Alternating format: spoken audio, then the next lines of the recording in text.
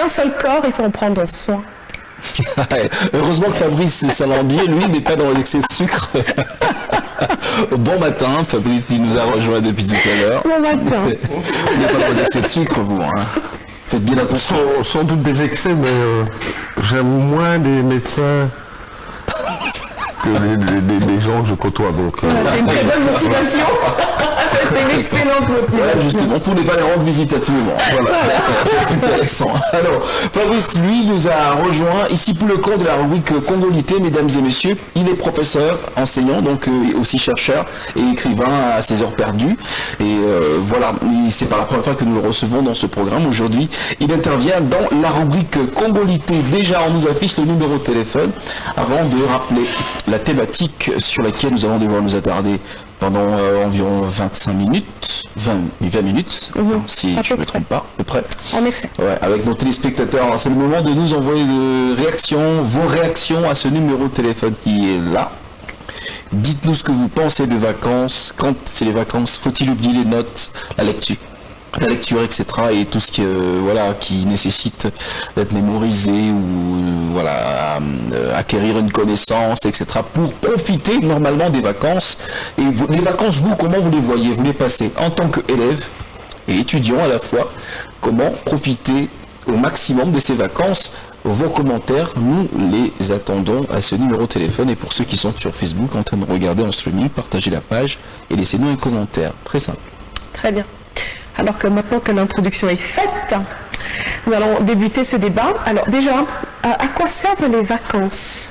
Pourquoi est-ce qu'on a 10 mois, on va dire approximativement, d'apprentissage et on a 2 mois où les enfants sont renvoyés chez eux? D'aucuns pensent que c'est parce que à Lubumbashi, pendant cette période-là, il fait froid, donc il faut préserver les enfants.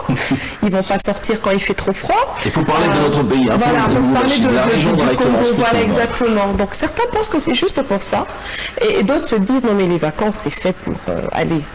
On peut avoir accumulé toutes les mauvaises habitudes, on va se rattraper avant la rentrée des classes. Dites-nous, d'un point de vue pédagogique, à quoi servent les vacances? Les vacances, c'est théoriquement un moment de repos où on évacue un petit peu, tout le stress et malheureusement toutes les connaissances, la plupart du temps, qu'on a acquises l'année précédente. Donc ça, c'est une problématique. Donc les rythmes scolaires, sans doute que des gens plus à même que moi devraient peut-être y réfléchir. On parle ici de la RDC, de Lubumbashi. En Europe, on y a déjà réfléchi, notamment en Belgique, où ça pose le même problème, puisque maintenant, si mes souvenirs sont corrects, ça serait des périodes de 7 semaines suivies de 1 ou 2 semaines de congé à chaque fois. Donc ça veut dire que les vacances, les 2 mois, sont méchamment rabotés aux grandes dames des parents qui, eux, s'est arrangé déjà avec l'habitude, avec leurs employeurs pour pouvoir prendre des vacances, etc. Exactement. Donc il y a toute une réorganisation à faire, mais selon les scientifiques, ces rythmes scolaires seraient beaucoup plus adaptés à l'enfant. Là, la question qu'on pourrait se poser, c'est pourquoi on n'y a pas pensé avant. Mais bon, voilà, là, j'ai pas la réponse non plus. Donc ici, la problématique, c'est qu'en plus, on vient quand même d'une période super difficile. La pandémie a impacté davantage, en tout cas la RDC, que la Belgique, par exemple, pour la simple bonne raison, ici, c'est que les moyens technologiques n'étaient pas mis en place. Ils sont là, mais ils n'étaient pas en suffisance. L'enseignement à distance, pratiquement inexistant dans les écoles, sauf les écoles privées. Et donc, les enfants, pendant 1 an, voire davantage, n'ont pratiquement plus rien fait, étant donné que les parents n'avaient pas nécessairement le temps et n'étaient pas armés pour pouvoir aider leurs enfants. Donc, ça veut dire que l'un dans l'autre, on est arrivé à ce que je pourrais appeler l'an 1 après pandémie, même s'il y a encore des cas Covid. Et donc là, déjà, les cours ont commencé en octobre, plutôt qu'en septembre, se finissent pratiquement fin juillet, donc on est décalé. Donc complètement. Voilà, donc à partir de septembre, parce que normalement la rentrée prochaine est fixée au 5 septembre, donc le système précédent va être mis en place. Et donc les vacances, mais c'est un moment de relaxation où les enfants peuvent évacuer et voir d'autres choses que ce qui est scolaire, j'ai envie de dire. D'accord. Maintenant, il y a sans doute des choses à faire. D'accord, alors qu'est-ce que ça implique pendant cette période où on a envie de profiter de vacances, pour parler des élèves et des étudiants qui prennent des vacances pendant cette période? Ça implique quoi? Ça implique que, puisque vous parlez de un moment de repos après avoir accumulé beaucoup de matière, oui. Moi, c'est une phrase que moi j'ai écoutée, qu'on m'a dit depuis quand j'étais encore, je fus écolier, on me disait qu'on n'apprend pas pour l'école, mais on apprend pour la vie. Mais alors pendant cette période, vous dites que il faut laisser, c'est peut-être une période où on oublie un peu les notes et on oublie les cours et puis on profite des vacances. Oui, mais en fait la réponse elle est simple et complexe à la fois, dans le sens où on apprend pour soi, effectivement, mais de notre côté, on nous parle d'obligation scolaire. Donc le mot obligation, donc on peut apprendre l'école, ce qu'on appelle l'école de la vie. C'est clair que, par exemple, au niveau du programme, il faut saluer les évolutions dans le programme du pays, où on a enfin accepté que l'objectif étant de donner des outils, un maximum d'outils aux élèves, on peut prendre un autre chemin pour y arriver. Donc là, tout ce qu'on appelle création pédagogique, etc. Donc la pédagogie par le jeu et d'autres systèmes. Ça, c'est aussi aux professeurs d'être créatifs.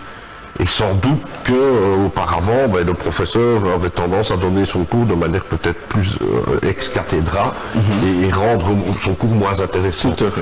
Donc l'enfant, lui, il doit prendre aussi pour lui. Moi, je conseille, par exemple, aux élèves que j'avais et aux professeurs dont j'ai la charge pour l'instant, c'est de souligner, en tout cas au niveau de leurs élèves, une demi-heure par jour pendant les vacances. Que ça soit de la lecture, que ça soit de l'information, et voilà, ce sont des choses à mettre en place. Pour en revenir à la pandémie, etc., il y a quand même eu des choses qui se sont mises en place également au niveau du pays. Oui. On a la société School Lab qui a fait un travail phénoménal avec, pour une fois, c'est-à-dire une espèce d'unification de tous les cours faits pour la plupart des écoles. Donc ils ont un peu de promotion, là ils ont une tablette avec plus de 20 000 leçons. Donc ça aussi c'est quelque chose dont nous on se sert, en tout cas pour les élèves. À l'école, donc à l'Arche de Noé, on a mis en place des ateliers pour les vacances, des ateliers d'écriture, de lecture, dont je vais m'occuper. Parce que les professeurs aussi méritent du repos. Du repos, bien sûr. Il y a des cours d'anglais qui vont être organisés, et notamment par le jeu. Donc on va essayer de jouer avec les enfants. Et alors, il y a un changement de méthode quand même, hein. Oui, tout à fait, oui, c'est plus dans l'obligation. D'accord. C'est-à-dire, c'est montrer aux enfants. En fait, ce que j'aimerais bien dire aux professeurs, c'est qu'ils puissent passer le message à leurs élèves, c'est simplement un mot, c'est oser. Si on ose, on va se tromper, on va trébucher, mais on va se redresser, on va poursuivre. Et donc, laisser libre cours à la créativité de l'enfant, vous en tant qu'enseignant, pour communiquer un exercice mathématique, hein, je ne suis pas professeur de mathématiques, mais vous avez plusieurs méthodes. Mais peut-être que l'enfant, il a une nouvelle méthode. Donc quelque part, vous l'avez dit, l'école de la vie, on apprend tous les jours, les professeurs aussi.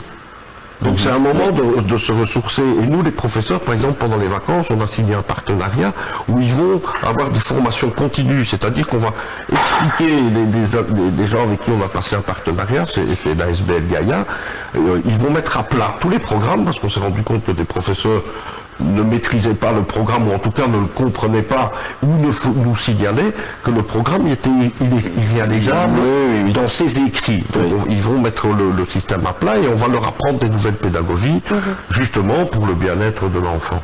C'est très bien ça, mais alors pour un enfant, le programme que vous avez pour les vacances c'est super, vraiment, je suis impressionnée.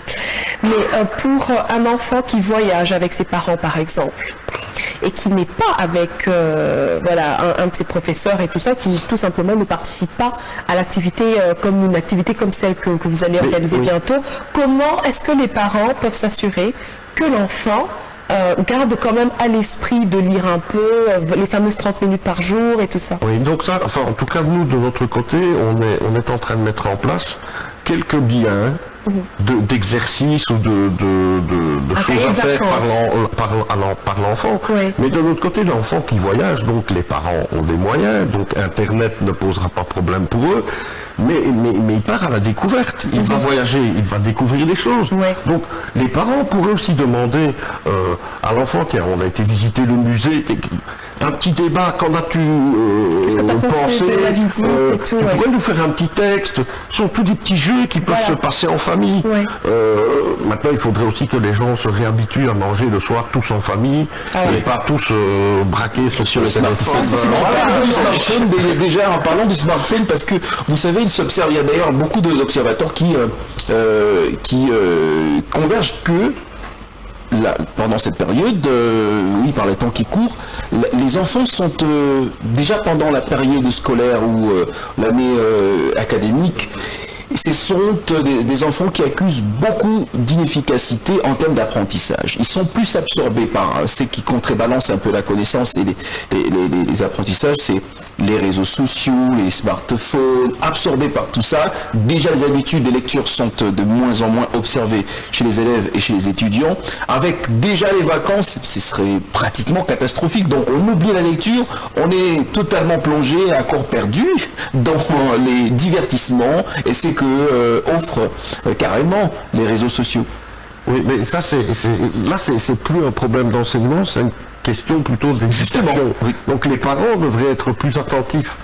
Maintenant, de là à dire c'était mieux avant, comme on a tendance à le dire, il y a une petite image humoristique qui circule sur les réseaux sociaux où quelqu'un dit et il montre une photo où il dit moi voilà ce qu'était mon téléphone et ma boîte email, et on voit une cabine de téléphone anglaise et une boîte postale. Oui. Voilà, c'était ça avant. Quand vous n'aviez pas de smartphone, maintenant les gens vous disent mon fils il lui faut son smartphone parce que s'il se passe quelque chose dans le bus, dans le transport scolaire, mais avant il pouvait se passer des choses dans le bus et il n'y avait pas.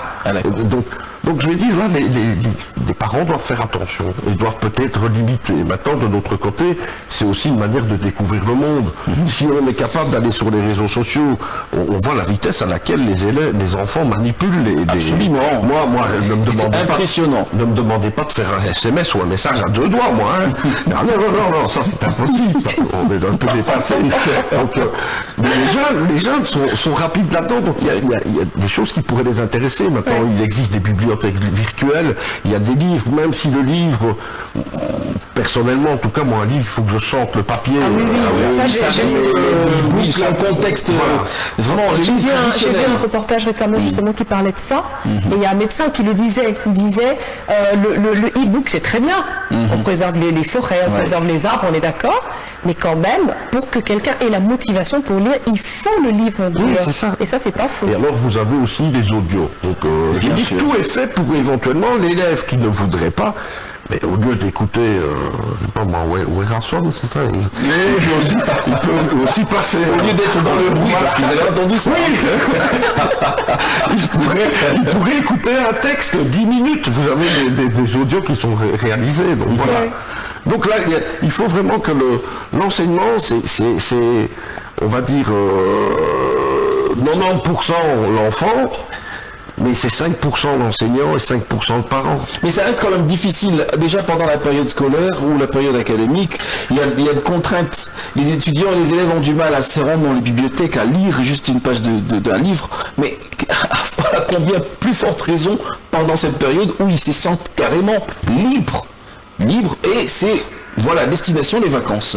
Oui, mais c'est justement, c'est l'idée que nous avons, c'est de découvrir. Nous, on a une petite bibliothèque à l'école, mais on va leur faire découvrir des auteurs.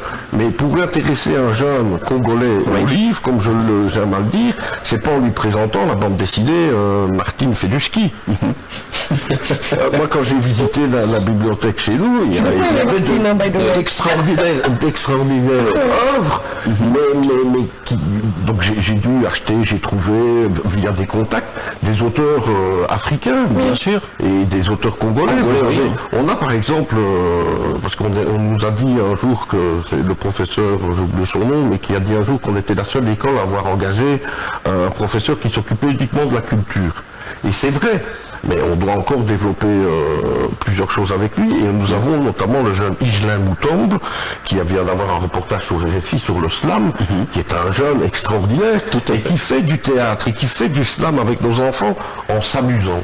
Donc on essaye de leur donner la parole pour ça, et je suis sûr qu'en fin d'année, on va découvrir, chaque fois que je suis passé dans une école, en fin d'année, j'organisais un recueil de poèmes des élèves. Et ça se fera ici aussi également à l'Arche de Noé. On a déjà des petits éléments qui font que. On a organisé. C'était à Kinshasa par exemple. J'avais découvert le concours super lecteur. Sur 30 élèves sélectionnés par ce concours, il y en avait 11 de chez nous. On était l'école qui était la plus représentée. Donc c'est quand même un modèle à prendre dans plusieurs écoles qui mais ce qu'il y a, c'est que l'information, comme je le disais à l'époque pour la problématique de l'indépendance, c'est que le problème, c'est que tout le monde considère que le Congo, c'est Kinshasa. Tout se passe à Kinshasa, et ici, notes, comme dirait au second plan. Au second plan. Bon, on va y revenir tout à l'heure. Il est 11h30 sur la ville de Lubumbashi, 1 heure de moins à Kinshasa. Nous allons prendre le sport en bref avec Sandra Sony.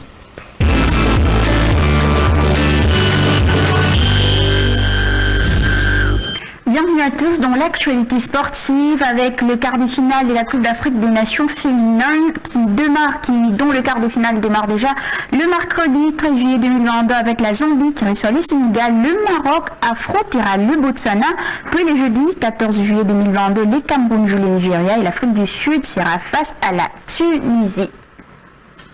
Alors que l'Égypte accueille la Coupe d'Afrique des Nations handball masculine 2022 qui débute du 11 au 18 juillet, les 14 sélections tenteront de remporter cette 25e édition. Aujourd'hui sera donné les coups d'envoi. L'Égypte recevra les Cameroun, puis le mardi 12 juillet, il y a le Cameroun qui affrontera le Maroc.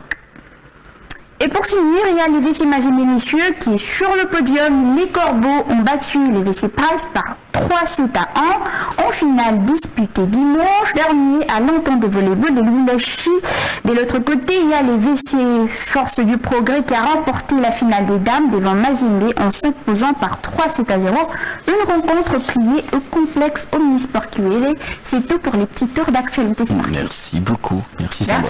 Merci Sandra. Bonne journée. Merci pareillement. Merci, d'accord.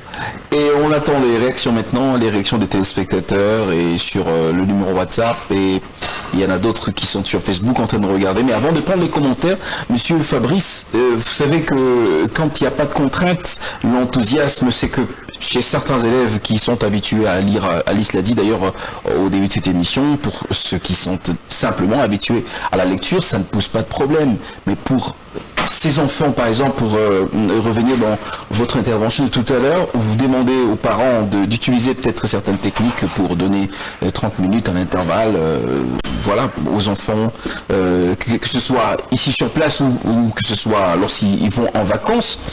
Et 30 minutes, est-ce que ça peut être possible pour un élève qui n'a pas l'habitude de lire?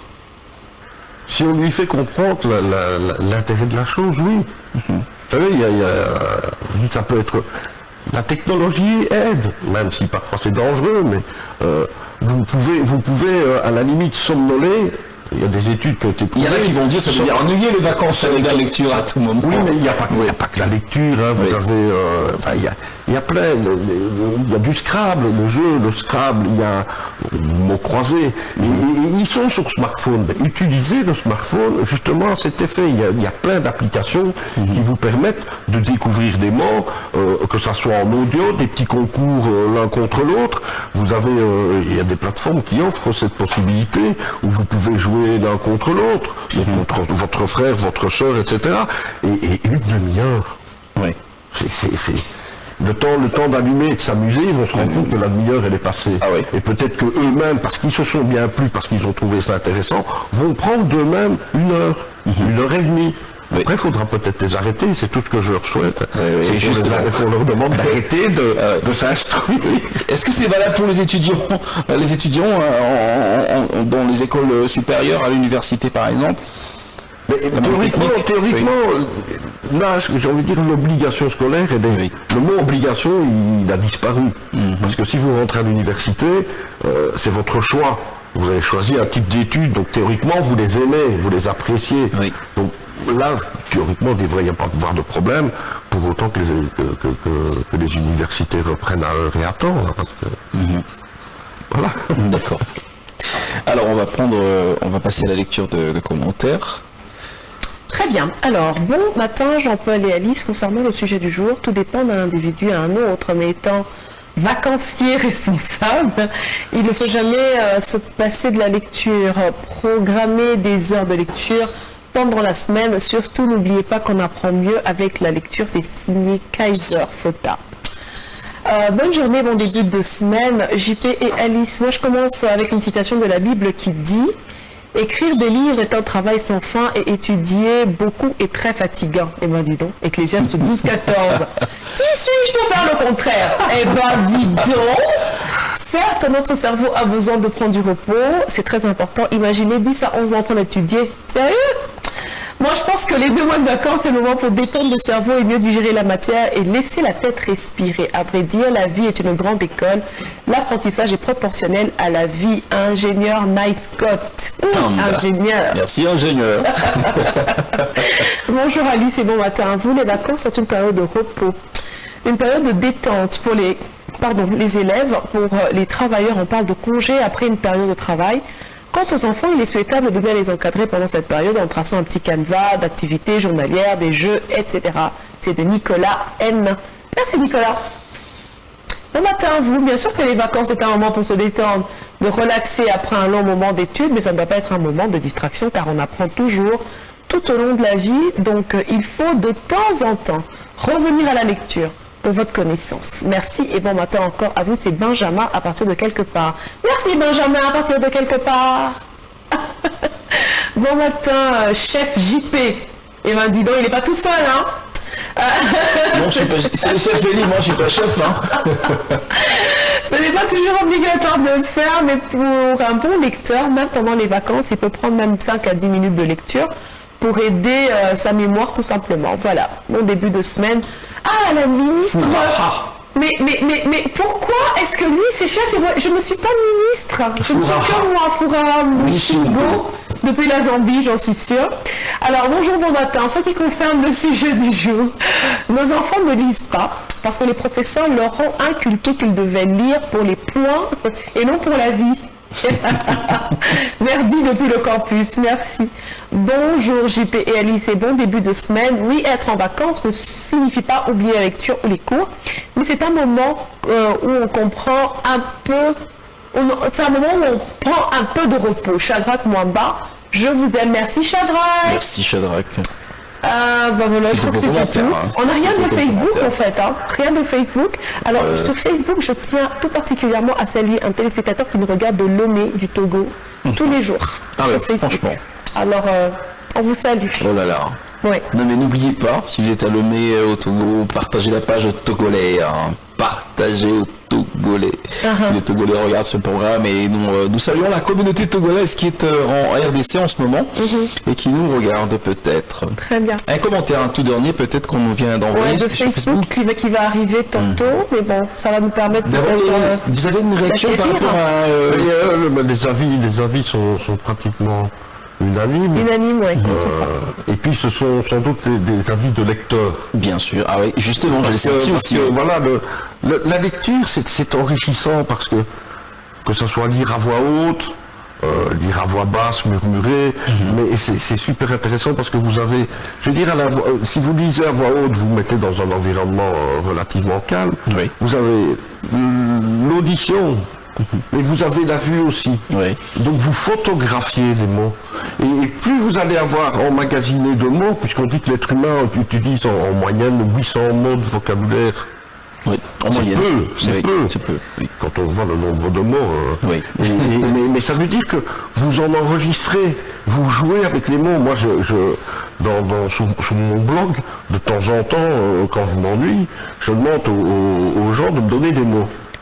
Et j'en fais un texte, j'essaie de faire un texte avec humour. Bon, parfois on essaie de me piéger, la dernière en date, j'avais demandé 5 mots, j'en ai eu 17.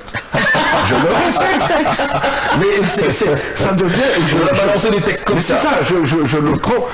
ça me prend plus de temps de le retaper sur l'ordinateur et de le transférer sur les réseaux sociaux que de l'écrire. Ça vient tout seul, parce que l'imagination est fertile, parce que j'ai lu... Mon papa était toujours étonné à l'époque, quand j'étais plus jeune, avec l'émission de Bernard Pivot, qui annonçait qu'il lisait 4 livres par semaine.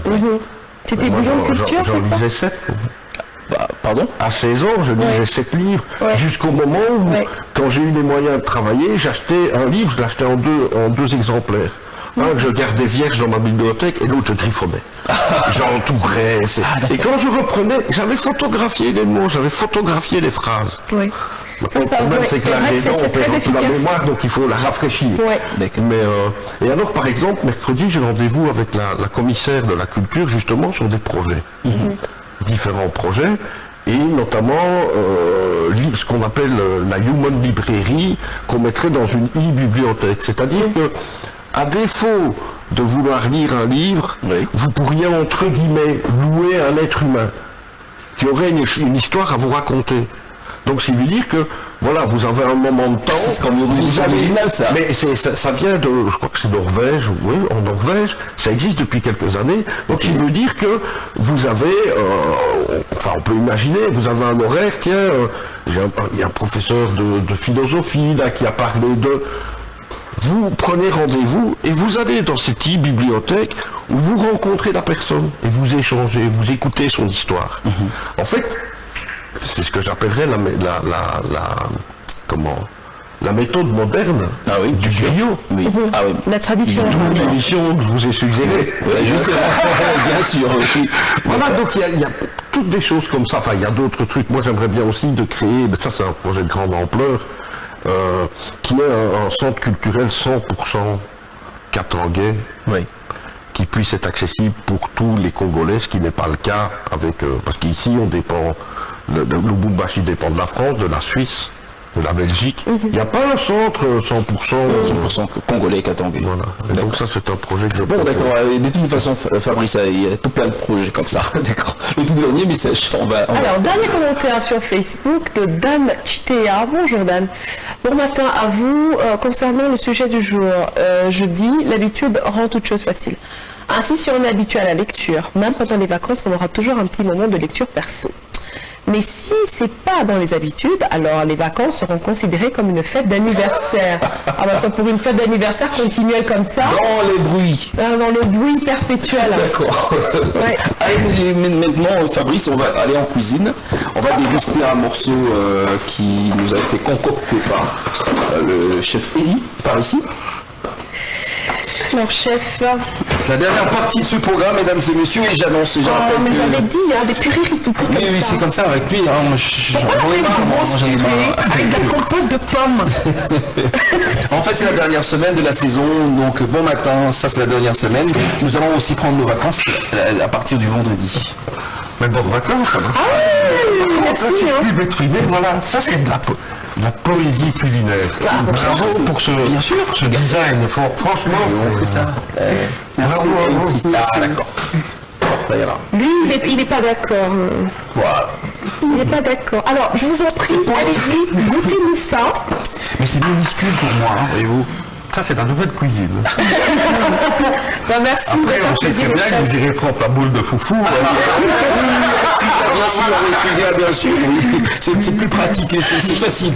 Alors, vous avez rappelé le nom, comment s'appelle la recette? En fait, c'est des saucisses façon tourne-dos que j'ai nacré avec une petite sauce caramel. Ça te dit quelque chose? Façon tourne-dos? Oui. D'accord, ok. Une sauce caramel que j'ai réduit avec un peu de citron. Et j'ai fait à côté une purée de patates douces et une purée de pommes de terre et j'ai mis quelques copeaux de radis pour contrebalancer tout ça.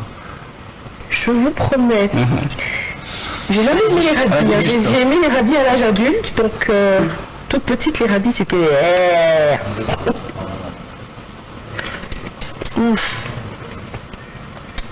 J'aime bien les carottes. Ça prend combien de temps? Voilà. Pour préparer tout ça? Oui. Je l'ai fait dans 1 heure, je pense. Oui, juste maximum. Oui. Parce que ça, c'est ça qui est frustrant quand on cuisine.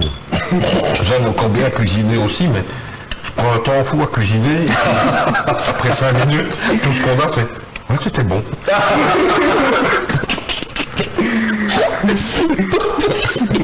Je suis fan. Vous avez tellement raison. Oui. Alors vous voulez qu'on fasse une chanson alors? C'était magnifique.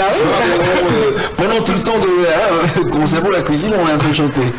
Pour rendre hommage à celui qui a cuisiné. Alors vous allez apprécier la cuisine, c'est magnifique, c'est réussi. Super. Alors on le fait souvent comme ça pour permettre aux gens, à ceux qui nous regardent, les téléspectateurs, de reproduire des recettes à la maison.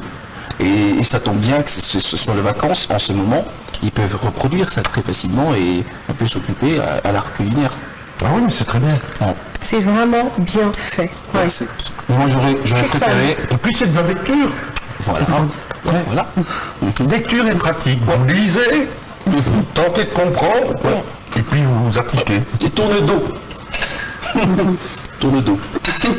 J'aurais bien voulu que ce soit un accompagnement avec Twiga, Kafunyanga. Mais comme il y a dans le pain, je me contente de ce qu'il y a. Et puisqu'il y a le dos tourné à la caméra, on en profite. Tous les dos. Mesdames et messieurs, c'est la fin de ce programme. D'accord, on va voir une personne qui fait son anniversaire. Et pour toutes ces personnes qui fêtent leur anniversaire, happy birthday to you. Joyeux anniversaire, Andreas. D'accord, particulièrement. Bon anniversaire à Andreas Mbele. Alors, plein de bonnes choses dans le futur.